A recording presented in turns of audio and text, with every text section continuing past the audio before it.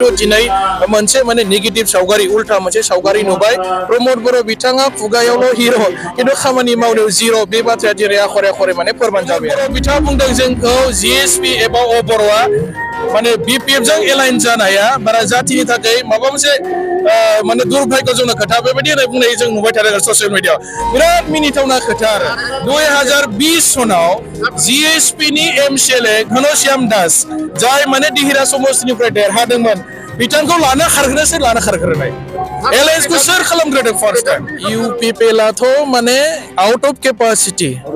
माने बांद्राय खोथा बुंना लानानै दिनै फासिबाय बिथांमोना जेखौ मावनो हाया बेखौ माने रायजोफोरखौ बुंनानै थगायो न'खर न'खर साख्रिनायाव बे देशआव दङ बिटिसिनि खोथाखौथ' बाद दोनबाय बिटिसिआथ' मोनसे सिक्सुअल काउन्सिलसो बेयो मोनसे देश नङा बेयो मोनसे स्टेट नङा खिन्थु दिनै बिथांमोना ओरैबायदि बुंबाय जेखौ माने इम्पसिबल खोथा आरो डिस्ट्रिक्टआवहाय इउपिपिएलआ दायो 4 नाम्बार पजिसन जाना दं उदालगुरिनि सिङाव थानाय मोनबा समष्टियावहाय इउपिपिएलआ दायो 5 नाम्बार पजिसनाव दंथ'यो आरो हरिसिंगायाव दायो बिपिएफआ नाम्बार 1 पजिसनाव दङ जिखुनु सिटुएसनावनो बिपिएफआ दिनै हरिसिंगानिफ्राय बिराद बुरजा भट मोननानै देरहागोन ना दिनै कनफार्म जाबाय थांनाय 5 बोसोर इउपिपिएलआ हरिसिंगायाव जेबो पारफरमेन्स गैया आरो जायनि थाखाय रायजो राजाफ्रा दिनै इउपिपिएलखौ दावगारनो हमबाय आरो बिथांमोननि सायाव जि फोथायनाय बे फोथायनायाबो दिनै रायजोफ्रा गैला उदालगुरि डिस्ट्रिक्ट हिसाबै दिनैनि तारिखाव बिपिएफआ दायो 1 नाम्बार पजिसनाव दं आरो बिपिएफजों दाथ' जोङो कन्टेस्ट खालामनो हाथावना बेबादि पलिटिकेल पार्टि नुवाखै आरो डिस्ट्रिक्टआवहाय इउपिपिएलआ दायो 4 नाम्बार पजिसन जाना दं उदालगुरिनि सिङाव थानाय मोनबा समष्टियावहाय इउपिपिएलआ दायो 5 नाम्बार पजिसनाव दंथ'यो आरो दा बोरैबा थासारिया एसे दावखोयोबा खिन्थु जायगा जायगा माने बिपिएफजों बिजेपिआसो कन्टेस्ट जादों इउपिपिएलखौ कुनु कन्टेस्टआव हराखै आरो बेनिखायनो नै हरिसिंगायाव इउपिपिएफ आरो बिएसइउनि मोनसे जयेन्ट वार्कार्स मिट लादों आरो बे हाबाफारियाव जोंनि गोबां वार्कारफ्रा ग्रासरुट लेभेलनि प्राइमारि लेभेलनि लोब बाहागो लादों आरो जोङो फैबाय थानाय बिटिसि काउन्सिल इलेक्सनाव जोङो मा रोखोमै केम्पिं खालामनांगौ बेनि सायावहाय जोङो गुवारै सावरायदों आरो माखासे वर्कशपनि गेजेरजों जोंनि वार्कारफोरखौ जोङो माने ट्रेनिं होनायनि बेबस्था बिदि खालामबाय थादों आरो जोङो दिनै नुबाय हरिसिंगायाव दायो बिपिएफआ नाम्बार 1 पजिसनाव दङ जिखुनु सिटुएसनावनो बिपिएफआ दिनै हरिसिंगानिफ्राय बिराद बुरजा भट मोननानै देरहागोन ना दिनै कनफार्म जाबाय आरोखि मानोना थांनाय 5 बोसोर इउपिपिएलआ हरिसिंगायाव जेबो पारफरमेन्स गैया आरो जायनि थाखाय रायजो राजाफ्रा दिनै इउपिपिएलखौ दावगारनो हमबाय आरो बिथांमोननि सायाव जि फोथायनाय बे फोथायनायाबो दिनै रायजोफ्रा गैला आरो फिन बिपिएफनि देरहासारनायखौ लुबैदों रायजोफ्रा हाग्रामा महिलारि सारनि दैदेननायाव आरोबाव बिटिसिआवहाय बिपिएफनि सरकार जाथों बे खोथाखौ दिनै बयबो रायजो राजा जोंनि गामि ओनसोलाव थानाय रायजो राजा भटार रायजोफ्रा दिनै सावरायगासिनो दं आरो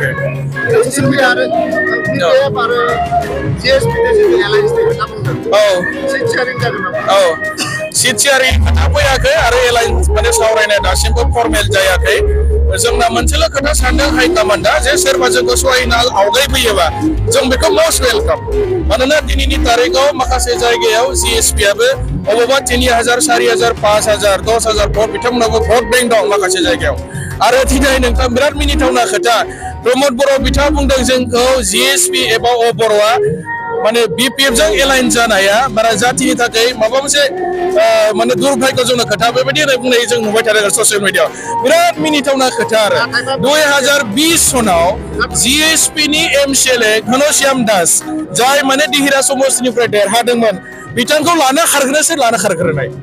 एलायन्सखौ सोर खालामग्रोदों फार्स्ट टाइम जिएसपिआथ' एलायन्सआव दङमोन प्रमद बर' सरकारजों आरो जिएसपिनि सासेल' एमसिएलए घनश्याम दास बिथांखौ लाना खारदों बिसोरो खानापारायाव 1 मास लाना खारदों बिनिफ्राय शिलंनि हटेलावबो दोनहैदों लाना खारखांनायनि उनाव जेब्ला सरकार दायो जिएसपिनि सासेल' एमसिएलए घनश्याम दासनो बिथांमोना एग्रिकालचार डिपार्टमेन्ट बेबायदि होबावदों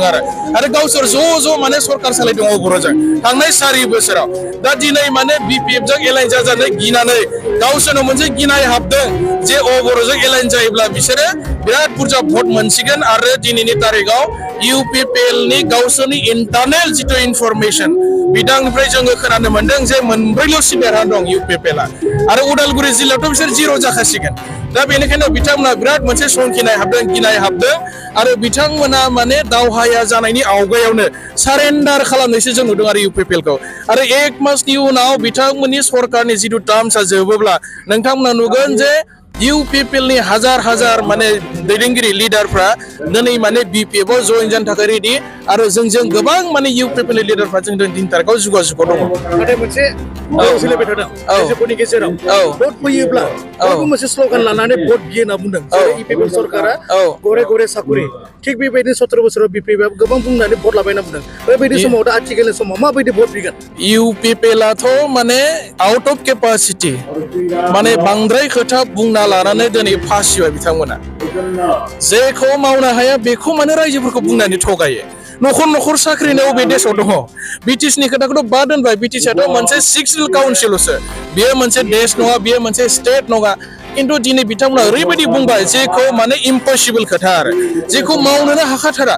मोनसे भटनि एगेन्स्टआव अबे देशआव बेबायदि नुदों जे साख्रि होनानै जे बुस्थुआ माने आउट अफ केपासिटि बेबायदि खोथाखौ बुंना लानानै दिनैनि तारिखाव UPPL आ लाजिदों आरो बिथांमोना रायजोनि खाथियाव थांनानै भट बिनो थाखाय जेबो इसु गैला दिनैनि तारिखाव बिराद मोनसे इशुलेस बेसलेस खोथाफोरखौ बुंना लानानै UPPL आ दिनै गावसोरनि खुगायावनो गावसोर फासिनानै दङ